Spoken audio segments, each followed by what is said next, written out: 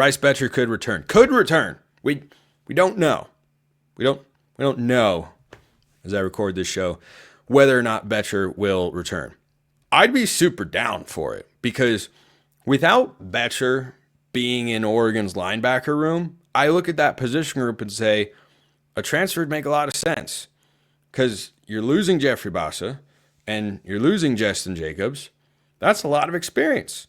So the only experienced guy would then be Devin Jackson. And maybe they feel great about guys like Kamar Mathuti or Braden Platt or Dylan Williams. Maybe they feel like those guys, Jerry Mixon, who have been a part of the last couple of recruiting cycles, maybe they feel like they're ready to take that jump forward. That's asking a lot, especially when you look at what this position group has been for the Ducks over the last couple of years. Think about a guy like Devin Jackson, for instance. Really talented player coming out of high school.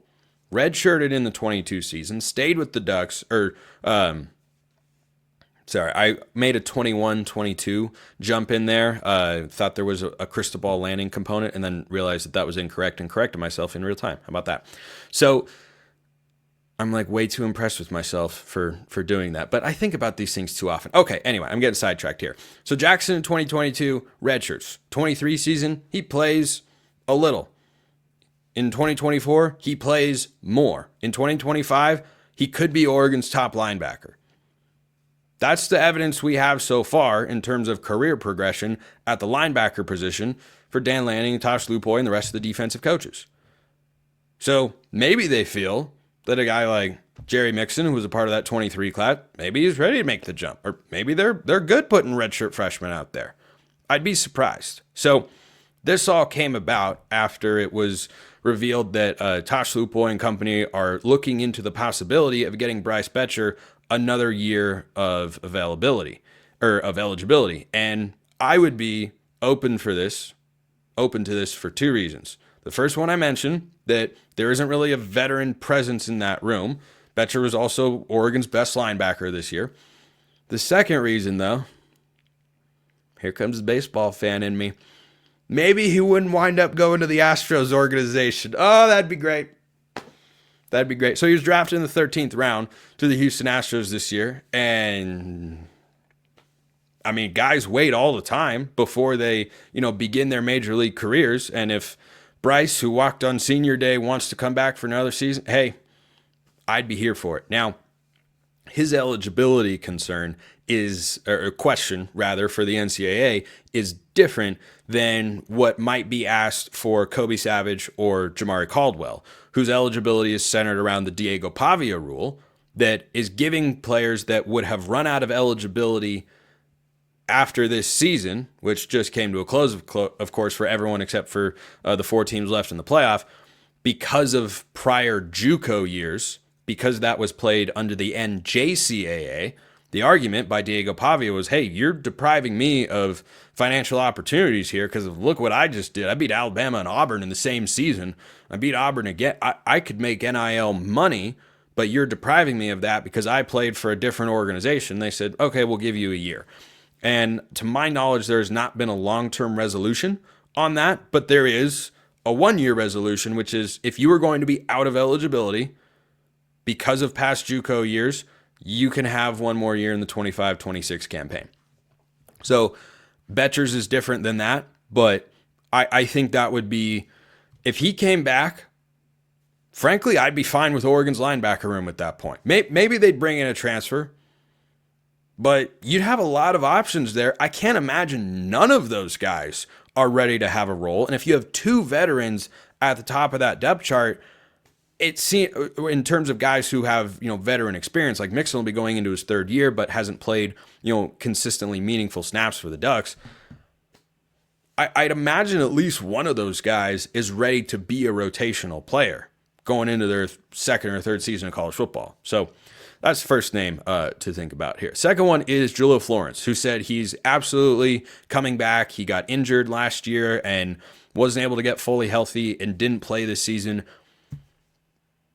I can see him being one of Oregon's 2 starting corners going into next year.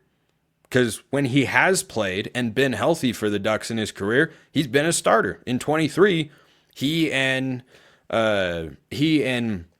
Kyrie Jackson, we're just rolling through all the secondary guys. He and Kyrie Jackson were the two starting corners. Now, coming off of an injury, that's a question. I think it's a fair one to ask. Is he the same guy?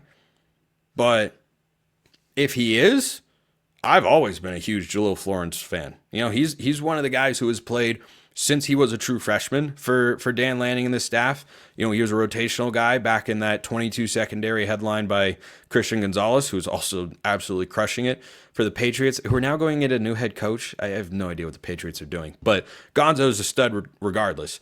So Florence is somebody who just took an entire year off of football, and we'll see what he would be, but if he's fully healthy, ready to go, I darkly pencil him into what I mean, not lightly pencil, but heavily pencil. Is that the right word? I don't know. That's a term I've never used before. So you can heavily pencil him in, maybe not Sharpie, but you can write him in as that's probably a starting outside corner. And maybe Theron Johnson, the Northwestern transfer, is a guy that started another spot, but there are a lot of secondary options. Secondary and receiver, a lot of turnover from this season going into 2025 for the Ducks. So more than a little fascinated to see how all of those things play out. But that's not the only returner that has been confirmed. Blake Purchase is coming back. So before the Rose Bowl, there was an interesting piece about Purchase, who redshirted this season after playing a significant role in the 23 campaign. I can't remember off the top of my head a guy who has done this, where you play and then redshirt and then go back to playing. He said in the piece, I think it was from James Crepey of the Oregonian, that, it was just what they felt was best for his development. All right. I trust the staff with a defensive line. They just put together the best defensive line that Oregon has had in a decade. And it should be really good again next year. You've brought in Bear Alexander. Mateo is back. He's a future first-round pick that next year will be his last of college football. Tatum Tuioti has been rock solid for the last couple of seasons. If you were to toss Blake Purchase back into the mix, I don't know what exactly led them to, see that he was a great candidate to redshirt this season and to not play this year as much as he could have, but there was clearly something. Maybe he was dealing with an injury. Maybe he needed to get his body more into game shape. I don't know. But he and Tuioti and Mateo all were impact true freshmen in 2023. And then Tatum and Mateo both took steps forward this year, and Purchase just kind of wasn't around. But guy was super talented coming out of high school. So if he's ready to go and you put him on the defensive line, all right, great.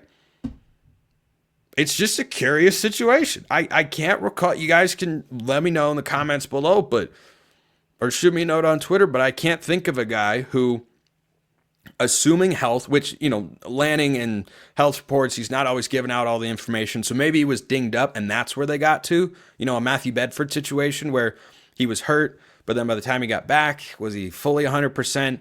And the expectation is that Matthew Bedford will be back next year along the offensive line. Maybe it's a situation like that. That would make more sense. But if they did it just based on play style, I can't remember seeing that before from a player that, I've covered here on the show, or that I can remember watching or reading about as a kid. So Boettcher, question marks. But Florence and Purchase, both coming back for Oregon's defense, I think are both nice pieces. And Florence is more likely of the two to be a starting player right away. But Blake Purchase is not shy on talent. We saw that in his true freshman year. So I'm always in favor, as is always the case, any position group, anytime. If you're able to keep more talent in the room, this is a guy who I got questions about throughout the season. Multiple times people said, hey, do you think this guy's going to transfer? I said, kind of looks that way. He's just falling down the depth chart. Well, turns out we don't always know everything from afar. And I'm here for a guy of Purchase's talent and potential being there along the defensive line for the Ducks.